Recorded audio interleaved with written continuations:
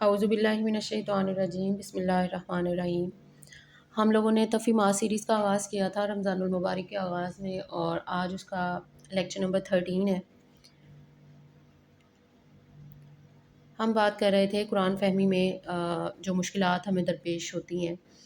جب ہم قرآن کو خود اپنے طور پہ پڑھنا شروع کرتے ہیں تو ہمیں کون کون سی مشکلات کا سامنا کرنا پڑتا ہے، اس کو ہم ڈسکس کر رہے تھے۔ اس میں سے ہم نے 2 پوائنٹس کو ڈسکس کر لیا تھا۔ پہلا پوائنٹ یہ تھا کہ ہمارا معاشرہ جو ہے وہی ہمارے لیے ایک رکاوٹ بن جاتا ہے، اس کے اندر جو ایک سیٹ نورمز ہیں وہ ہمارے لیے ایک مسئلہ بن جاتی ہیں کہ ہم کوئی سوال نہیں کر پاتے ہیں۔ اس کے بعد ہم نے دوسری بات جو ڈسکس کی تھی وہ یہ تھی کہ جب ہم ان ساری چیزوں سے نکلنے کے بعد بہرحال ایک شعوری فیصلہ کر لیتے ہیں کہ نہیں، ہم نے قرآن کو پڑھنا ہے اور سیکھنا ہے اور دیکھنا ہے کہ یہ ہمیں کیا کہہ رہا ہے، تو اس وقت جو ہمارے سامنے ایک بیریئر آ جاتا ہے وہ ہے زبان کا، یعنی ہمیں عربی زبان ہی نہیں آ رہی ہوتی ہے۔ تو اس کے بعد نیکسٹ ہمارے ساتھ کیا ہوتا ہے تو وہ ہم دیکھ لیتے ہیں۔ ہمارے ساتھ یہ ہوتا ہے کہ جیسے ہی ہم قرآن کو کھولتے ہیں اور ہم ظاہر ہے صرف عربک کو تو نہیں ہم پڑھ سکتے، تو پھر ہم لوگ یہ کرتے ہیں کہ کوئی نہ کوئی ترجمہ جو ہے وہ ہم لے کر آتے ہیں۔ تو سب سے پہلا تو مسئلہ یہ ہوتا ہے کہ فلاں فرقے کا ہو یا فلاں مسلک کا ہو، تو اس کے لیے اتنا جو ہے وہ تردد کرنے کی ضرورت نہیں ہوتی ہے۔ آپ کو جسٹ ایک سمپل ترجمہ جو ہے وہ اپنے گھر میں لے کے آنا ہے اور قرآن کو پڑھنا شروع کر دینا ہے۔ تو قرآن پاک جو ہے اس کو اگر دیکھا جائے تو اللہ تعالیٰ نے خود ہی فرمایا ہے کہ میں نے اس کو بہت زیادہ آسان بنا دیا ہے نصیحت کے لیے۔ تو قرآن کا کوئی بھی ترجمہ آپ لے کر آئیں گے، کسی بھی مسلک کا لے کر آئیں گے، تو اس کے اندر بنیادی جو ایمانیات کی باتیں ہیں وہ سب میں سیم ہوں گی، اخلاقی باتیں سب کی سیم ہوں گی۔ کہیں کہیں کچھ مسائل جو ہیں وہ آپ کو پیش آ سکتے ہیں۔ یہاں پہ جو میں نے پوائنٹ ریز کیا ہے وہ یہ ہے کہ زبان کے اسالیب سے ناواقفیت۔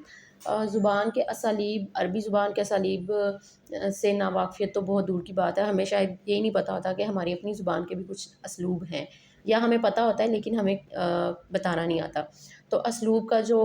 آسان سا مطلب بتاؤں تو وہ ہے انداز، بات کرنے کا انداز کیا ہوتا ہے۔ تو بات کرنے کے مختلف انداز ہوتے ہیں۔ بعض اوقات کوئی بات کرتے کرتے کوئی مثال دے دی جاتی ہے، بعض اوقات بات کے دوران اس کو مزید وضاحت کرنے کے لیے کوئی محاورہ یا کوئی ضرب المثل جو ہے وہ بول دی جاتی ہے، کہاوتیں جیسے کہ بولی جاتی ہیں، ہمارے ہاں پنجابی میں بھی ہوتی ہیں، اردو میں بھی ہوتی ہیں، اس طرح سے۔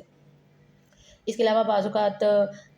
ایک ٹیچر ہے فار ایگزامپل، وہ ایک اسٹوڈنٹ کو ڈانٹ رہا ہے کہ تم فلاں کام نہیں کر کے آیا، یا تم نے میتھس کے کویسچنز نہیں کیے، تو اس سے بات کرتے کرتے ایک دوسرا بچہ جب اسے ڈانٹ پڑی تو وہ ہنس پڑا ہے، تو دوسرے بچے کی طرف بھی ٹیچر کا دھیان چلا جائے گا، وہ اس کو بھی ڈانٹنے لگیں گے، وہ کہیں گے کہ اچھا تمہیں اس کی تو بہت یاد آ رہی ہے اور اپنا نہیں پتہ کہ تم نے کیا کیا۔ تو اس طرح کے جو انداز ہوتے ہیں بات کرنے کا، بات بظاہر تو ایک ہی سے کی جا رہی ہوتی ہے لیکن بعض اوقات مخاطب جو ہوتے ہیں وہ بدلتے رہتے ہیں، یعنی بات کبھی ایک طرف ہو رہی ہوتی ہے، کسی ایک گروہ سے ہو رہی ہوتی ہے، کبھی دوسرے گروہ سے ہو رہی ہوتی ہے۔ تو قرآن جو ہے وہ بھی ایک کلام ہے، ظاہر ہے وہ ایک کتاب کی شکل میں نہیں آیا ہے، قرآن ایک کلام کی شکل میں اترا ہے۔ تو اللہ تعالیٰ نے بھی اسی طرح کلام کیا ہے، کبھی عربی زبان کے اس میں محاورے ہیں یا کہاوتیں ہیں، اور کبھی مثالیں دی گئی ہیں، اور کبھی جو ہے وہ اس طرح سے ہے کہ ایک ہی آیت کے اندر 2 یا 3 گروہوں کو خطاب کر لیا جاتا ہے۔ پہلے ایک سے بات کی جاتی ہے، اس کے بعد ہی فوراً سے کلام کا رخ موڑ کے دوسرے گروہ کی طرف لے آیا جاتا ہے، پھر مومنین کی طرف لے آیا جاتا ہے۔ تو اس طرح سے زبان کی جو اسالیب ہے اس سے بھی ہمیں واقفیت نہیں ہوتی ہے، ہمیں پتہ نہیں ہوتا ہے کہ قرآن کس طرح سے خطاب کرتا ہے اور قرآن کس طرح سے بات کرتا ہے، جس کی وجہ سے کیا ہوتا ہے کہ جب ہم قرآن پڑھنے کے لیے بیٹھتے ہیں تو ہمیں یہ نہیں پتہ چل رہا ہوتا کہ اس وقت بات کس سے ہو رہی ہے، یہاں پہ وہ سے مراد کیا ہے، یہاں پہ ان سے مراد کیا ہے، کن کی بات ہو رہی ہے۔ تو ہمارے لیے یہ جو ضمیریں ہوتی ہیں یا یہ جو پوائنٹس ہوتے ہیں یہ ہمارے لیے بہت مشکل کی ایک وجہ بن جاتے ہیں۔ اگر اس میں ہمارے پاس یہ ٹول پہلے سے ہو کہ ہمیں زبان کے اسالیب سے پہلے تھوڑی سی واقفیت ہو، یعنی ہم نے پہلے تھوڑی سی عربی کہیں سے پڑھ لی ہو، کچھ سیکھ لی ہو، ہمارے ایک سلیبس میں اگر وہ ایڈ ہوئی ہو تو ہمیں تھوڑا سا آئیڈیا ہو جاتا ہے، اور پھر جب ہم قرآن کو پڑھنے جائیں گے تو ہمارے لیے آسانی ہوتی ہے۔ لیکن کیونکہ ہم نے نہیں کیا ہوا ہوتا ہے تو پھر ہمارے لیے بہت زیادہ مشکل ہو رہی ہوتی ہے، ہمیں بات سمجھ میں نہیں آ رہی ہوتی، ہم نے اس کو انجوائے کیا کرنا ہوتا ہے اور ہم نے اسے کیا سمجھنا ہوتا ہے۔ تو ہمارے لیے یہی بہت بڑا مسئلہ بن جاتا ہے کہ یہ بات کس سے ہو رہی تھی، ابھی تو بات یہ ہو رہی تھی، ابھی یہاں پہ کیسے ہو گئی، ابھی تو منافقین کا ذکر تھا، ابھی مسلمانوں کا ذکر آ گیا، ابھی حضور سے بات ہو رہی ہے، ابھی پھر مسلمانوں سے بات ہو رہی ہے، تو سمجھ میں نہیں آ رہی کہ یہ احکامات کس کے لیے آئے ہیں۔ تو یہ ہمارے لیے ایک مسئلہ بن جاتا ہے۔ تو اس کے لیے یہ ہے کہ اسالیب جو ہے یا انداز جو ہے بات کرنے کا، اس کو کچھ تھوڑا بہت پہلے پڑھ لیا جائے، فار ایگزامپل اگر کسی کے پاس اتنی فرصت نہیں ہے یا استطاعت نہیں ہے یا اتنی اپرچونیٹیز نہیں ہے کہ وہ اس کو پہلے سے پڑھے، تو ایٹ لیسٹ اس کو یہ کرنا چاہیے کہ وہ قرآن کو پڑھنا شروع کر دے، اور جہاں جہاں پہ اس کو مشکلات آ رہی ہیں اس کو انڈر لائن کر لے یا اس کو نوٹ ڈاؤن کر لے، یا اس کو ایک لکھ کے رکھے کہ یہ چیزیں میں نے جو ہے ان پر غور کرنا ہے. تو یہ ایک چھوٹی سی ٹپ ہو سکتی ہے. اس کے بعد ہمارا جو نیکسٹ پرابلم ہے وہ یہ ہے کہ جب ہم پڑھتے ہیں قرآن کو پڑھتے ہیں، جب صرف ترجمہ پڑھ رہے ہوتے ہیں تو ہمارا یہ ضمیروں کا مسئلہ ہی حل نہیں ہو رہا ہوتا. ہم کیا کرتے ہیں کہ اس کے بعد نیکسٹ اسٹیپ میں ہم لوگ ایسا کرتے ہیں کہ کوئی بھی تفسیر والا قرآن لے آتے ہیں، یا تو ایسا قرآن لے کر آتے ہیں جس کے نیچے ہی حواشی لکھے ہوئے ہوتے ہیں، یعنی ہر آیت کی تھوڑی تھوڑی تفسیر ساتھ لکھی ہوئی ہوتی ہے. یا پھر ہم قرآن تو پڑھتے ہیں لیکن علیحدہ سے کوئی تفسیر ہم اپنے گھر میں لے آتے ہیں اور اس کو پڑھنا شروع کر دیتے ہیں. تو ہوتا کیا ہے کہ بعض اوقات ایسا ہوتا ہے کہ ایک ہی آیت کے ذیل میں 3-4 روایات آ رہی ہوتی ہیں کہ یہ آیت اس صحابی کے بارے میں نازل ہوئی ہے، یا اس واقعے کے بعد نازل ہوئی ہے، یا یہ واقعہ ہوا تھا، یہ مسئلہ درپیش تھا، تب یہ ہوا تھا، بات ہوئی تھی یہ. تو شان نزول کے واقعات آنا شروع ہو جاتے ہیں. بعض اوقات ایک ہی آیت کے ذیل میں بہت ساری روایات جو ہیں وہ جمع ہو جاتی ہیں اور بہت ساری چیزیں جمع ہو جاتی ہیں. تو ہمارے لیے یہ فائنڈ آؤٹ کرنا بہت مشکل ہو جاتا ہے کہ اصل کیا چیز تھی، یا ان میں سے کیا یہ ساری باتیں ہی ہو سکتی ہیں. بعض اوقات باتیں بالکل ایک دوسرے کے اپوزٹ ہوتی ہیں کہ جس کے حق میں وہ کہا جا رہا ہوتا ہے کہ یہ آیت جو ہے وہ نازل ہوئی ہے. تو یہ جو اتنے زیادہ پوائنٹ آف ویوز کا ایک انبار لگ جاتا ہے، ایک ڈھیر لگ جاتا ہے ہمارے دماغ کے اندر، تو ہم اس کو نہ تو اس کو اسپیسیفائی کر سکتے ہیں اپنے دماغ کے اندر، نہ ہی ہم اسے یاد رکھ پاتے ہیں، اور نہ ہی ہم نے اس سے وہ جو بنیادی چیز لینی تھی اس آیت سے جو ہمارے لیے میسج تھا ہم وہ نہیں لے پاتے. ہمارا سارا دھیان ان روایات کی طرف چلا جاتا ہے. تو مختلف آراء کا جو انبار ہے، نو ڈاؤٹ یہ ہمارے علم میں اضافے کا باعث بھی ہوتا ہے. ظاہر ہے انسان چیزوں کو پڑھ رہا ہوتا ہے تو اس کے ذہن میں وہ چیزیں بیٹھ بھی رہی ہوتی ہیں، لیکن ہاں وہ کنفیوژن بھی کوز کر رہی ہوتی ہیں. تو وہ کنفیوزنگ بھی ہو جاتی ہیں چیزیں، اور بعض اوقات جو ہے وہ آپ کی انفارمیشن کو انہینس بھی کر رہی ہوتی ہیں. تو یہ بھی ایک ہمارے لیے مسئلہ بن جاتا ہے. تو جب ایک انسان اپنے طور پہ پڑھنے بیٹھے گا تو اس کے سامنے اتنی زیادہ آراء آ جائیں گی، تو اب اس کے لیے تو سوال یہ ہے نا کہ اب میں نے اس میں سے کس کو سلیکٹ کرنا ہے. تو اگر یا تو پھر وہی مسئلہ ہے کہ وہ جائے وہ کسی خاص طبقے کے، کسی خاص مسلک کے جو ہے مولوی صاحب سے یا عالم سے قرآن پڑھے، اور پھر وہ انہیں بتائیں کہ نہیں یہ والی روایت کا آپ انتخاب کریں، یہ والی کا آپ انتخاب نہ کریں، یا اس کو آپ سمجھ لیں، اس سے یہ پوائنٹ نکلتا ہے، اس سے یہ پوائنٹ نکلتا ہے. تو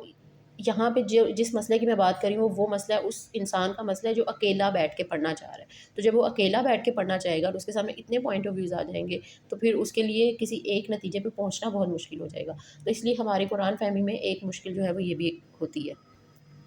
جس کو میں نے ہائی لائٹ کیا ہے. اس کے بعد نیکسٹ جو میرا پوائنٹ ہے وہ یہ ہے کہ قرآن کیسی کتاب ہے.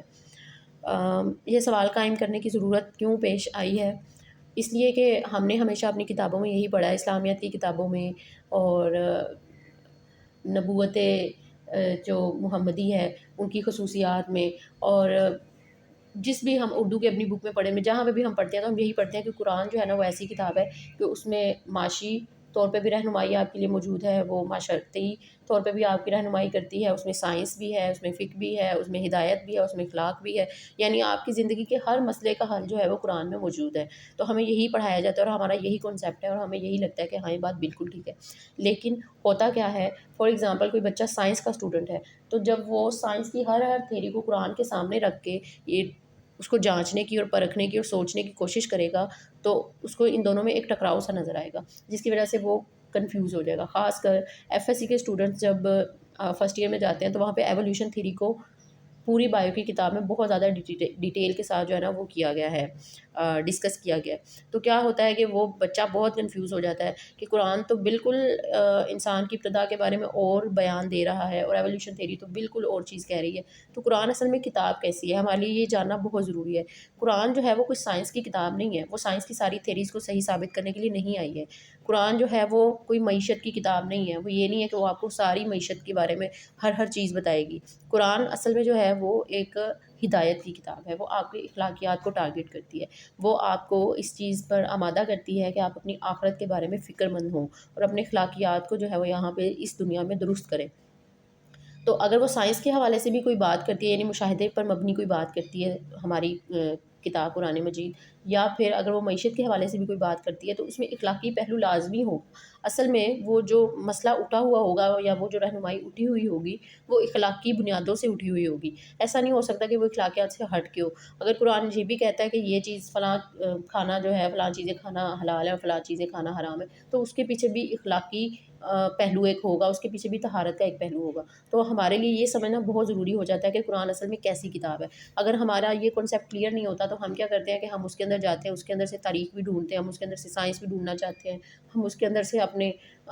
معاشی نظام کی ساری مسائل اور ان کا حل بھی ڈھونڈنا چاہتے ہیں، ہم سب کچھ اسی کے اندر سے ڈھونڈنا چاہتے ہیں، ہم سارا فلسفہ بھی اسی میں سے ڈھونڈنا چاہتے ہیں، ہم فنون لطیفہ اور باقی ساری چیزوں کی جو بنیادیں ہیں وہ بھی وہیں ڈھونڈنا چاہتے ہیں۔ تو ایسا نہیں ہے، قرآن جو کتاب ہے وہ ہدایت کی کتاب ہے، اس کی ہر جو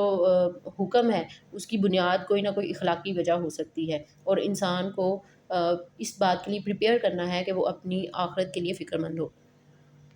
آج جو ہم اپنا آخری پوائنٹ ڈسکس کرنے والے ہیں وہ یہ ہے کہ کیا قرآن کے سارے احکامات ابدی ہیں، یعنی ہمیشہ کے لیے ہیں؟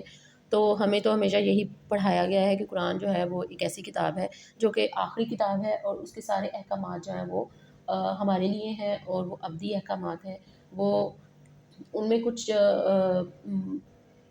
معاشرے کے لحاظ سے کچھ تبدیلی رد و بدل تو ہو سکتا ہے، یعنی طلاقی مسائل میں جہاں پہ اپلیکیشن ہوتی ہے، لیکن ایسا نہیں ہے کہ اس کے احکامات ہمارے لیے ہیں ہی نہیں۔ لیکن جب ہم قرآن کو کھولتے ہیں تو ہمیں پتہ چلتا ہے کہ کچھ آیات ابو لہب کے حوالے سے ہیں، کچھ آیات جو ہیں وہ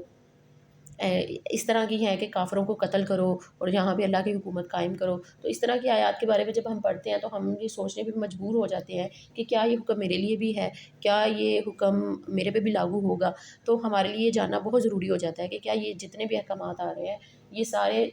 تا